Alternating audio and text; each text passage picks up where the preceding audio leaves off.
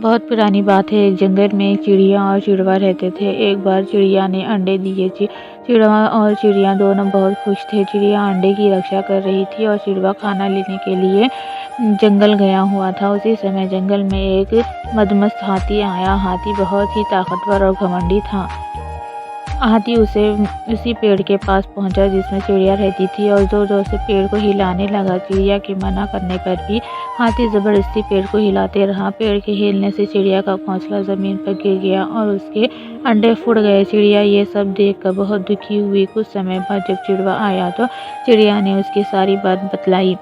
चिड़वा और चिड़िया ने मिलकर हाथी से बदला लेने की ठानी। चिड़ी और चिड़िया दोनों मिलकर अपने मित्र कठफोड़वा के पास गए और उससे सहायता मांगी। कठफोड़वा ना जानता था कि वे अकेले हाथी का कुछ नहीं बिगाड़ सकता, इसीलिए कठफोड़वा चिड़वा और चिड़ियों को लेकर मक्खी के पास गया और तीनों ने मिलकर उसे सारी बात बताई। मक्खी भी चिड़िया की सहायता करने के लिए तैयार हो गई, किंतु वे सब मिलकर कुछ भी नहीं कर सकते थे। मक्खी ने सबको मेंढक के पास चलने की सहायता दी। चारों मिलकर मेंढक के पास पहुंचे और उसे सारी बात बतलाई। मेंढक ने भी उनकी सहायता करने का भरोसा दिया, किंतु वे सभी मिलकर भी हाथी का कुछ भी नहीं बिगाड़ सकते थे, इसीलिए चारों ने मिलकर एक योजना बनाई।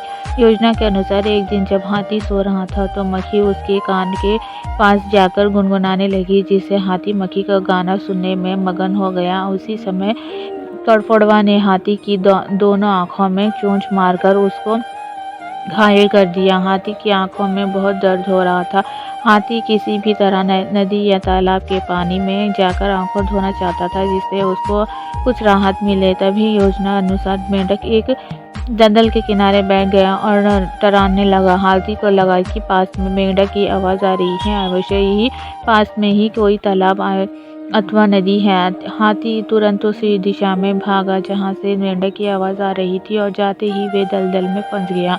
अब हाथी बहुत अधिक परेशान हो गया था, क्योंकि उसकी आंखों में बहुत दर्द हो रहा था और वे दलदल में फंस चुका था। वे चिड़िया, चिड़वा, कठफोड़वा, मक्खी और मेंढक भी वहां आ गए। उसने उन सभी को देखकर हाथी ने उनसे सहायता मांगी। हाथी की बात सुनकर वे सभी एक साथ बोले, हाथी, ये तुम्हारे कर्मों के फल है जो तुम भुगत रहे हो।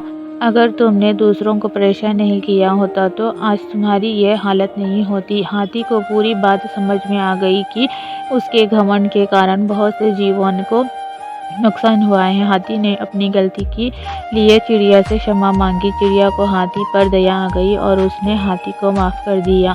चिड़िया जंगल के दूसरे जानवरों को बुलाकर ले आई और हाथी को दलदल से निकाल लिया। कुछ दिनों के में हाथी की आंखें ठीक हो गई और उसमें सभी जानवरों से माफ़ी मांगी। सभी जानवरों ने हाथी को माफ़ कर दिया और जंगल में सभी सुखपूर्वक जंगल में रहने लगे। इस कहानी से शिक्षा मिलती है कि हमें कभी भी किसी जीव को अकारण परेशान नहीं करना चाहिए।